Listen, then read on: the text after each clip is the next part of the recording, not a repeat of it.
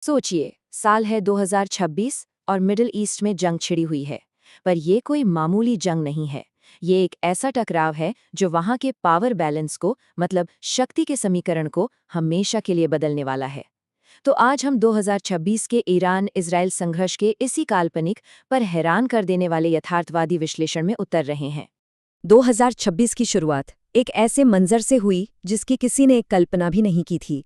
एक super power जिसे अपनी अजेयता के लिए जाना जाता था, वो पहली बार लड़खड़ाती हुई नजर आई और पूरी दुनिया ने अपनी सांसें थाम ली।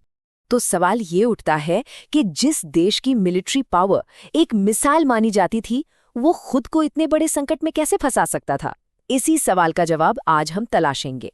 तो सबसे पहले ये समझना जरूरी है कि दशकों से बनी ब्रांड इजराइल की जो एक इमेज थी, एक अजेय, टेक्नोलॉजिकली एडवांस्ड देश की इमेज, वो कुछ ही हफ्तों के अंदर कैसे चकनाचूर हो गई। और ये सब कुछ पलक झपकते ही हो गया। 28 फरवरी को अमेरिका और इजराइल ने एक बड़ा ऑपरेशन लॉन्च किया, लेकिन ईरान का जो जवाबी हमला था वो उम्मीद से कहीं ज्यादा बड़ा और विनाशकारी था। नतीजा, इतिहास में पहली बार इजरायली नागरिकों को हफ्तों तक बंकरों में छिपना पड़ा। अब ये ब्रांड इजराइल है क्या? देखिए, ये सिर्फ एक नाम नहीं था, ये एक भरोसा था। एक ऐसी ग्लोबल इमेज कि इजराइल की मिलिट्री अजेय है, उसकी सुरक्षा अभेद्य है और उसकी टेक्नोलॉजी सबसे बेहतर है। इसी भरोसे पर तो दुनिया भर से निवेश आता था। इस हमले ने सीधा उसी भरोसे की जड़ पर चोट की। तो चलिए, अब इस नाकामी की वजहों को जरा कुरेदते हैं। आखिर इजराइल का वो मशहूर आयरन डोम और उसका पूरा डिफेंस सिस्टम फेल कैसे हो गया? ईरान की कामयाबी का राज था सैचुरेशन अटैक। इसे ऐसे समझिए, एक अकेला बहुत ही ट्रेन्ड फाइटर शायद 10 लोगों से लड़ सकता है, लेकिन अगर उस पर 1000 लोग एक साथ टूट पड़ें तो? बस यही है सैचुरेशन अटैक का सिद्धांत। दुश्मन के डिफेंस सिस्टम पर इतने ज्यादा हमले करो कि वो संभाल ही ना पाए। ये स्लाइड इस पूरी लड़ाई की कहानी कह देती है। एक तरफ क्वालिटी, दूसरी तरफ क्वांटिटी। मतलब एक तरफ इजराइल के बेहद महंगे, हाई-टेक और गिनती के इंटरसेप्टर्स, और दूसरी तरफ ईरान के हजारों सस्ते ड्रोन्स और मिसाइलें। और इस जंग में संख्या ने क्वालिटी को मात दे दी। तो इजराइल की इस हार के पीछे थीं 4 बड़ी वजहें और हर एक ने मिलकर इस तबाही की जमीन तैयार की। पहला, टेक्नोलॉजी पर हद से ज्यादा भरोसा। दूसरा, दुश्मन को कम आंकने की भूल। तीसरा, इंटेलिजेंस का बहुत बड़ा फेलियर। और चौथा, देश के अंदरूनी राजनीतिक मतभेद। अब बात करते हैं ईरान की रणनीति की, जो सिर्फ मिसाइलों तक ही सीमित नहीं थी। नहीं, उन्होंने लड़ाई को एक बिल्कुल नए मैदान में खींच लिया था।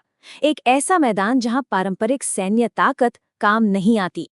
ये कोई आम मिलिट्री स्ट्रैटेजी नहीं थी, ये था साइकोलॉजिकल वॉरफेयर। ईरान ने दुनिया की दुखती रग पर हाथ रख दिया था।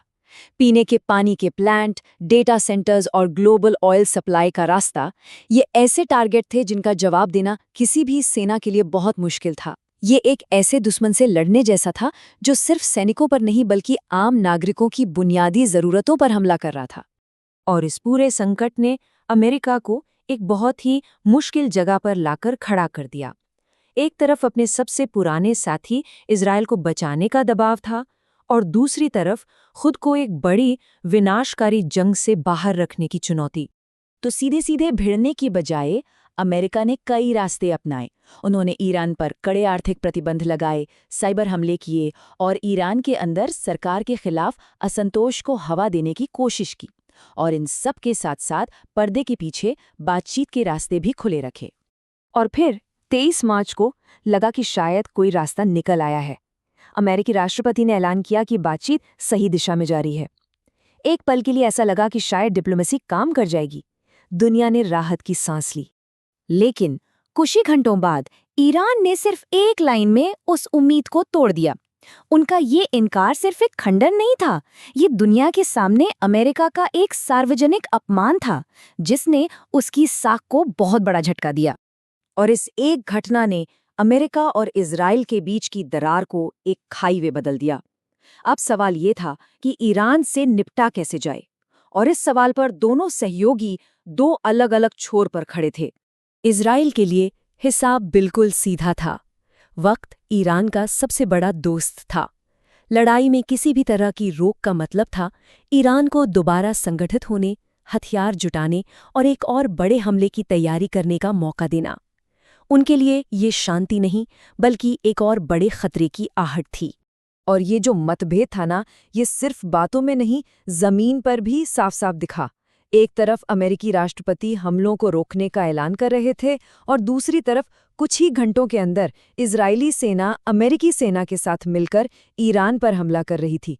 ये खुली बगावत थी, एक साफ संदेश कि जब अपनी सुरक्षा की बात आएगी तो इजरायल किसी के नीचे नहीं रहेगा, यहाँ तक कि अपने सबसे बड़े सहयोगी के भी नहीं।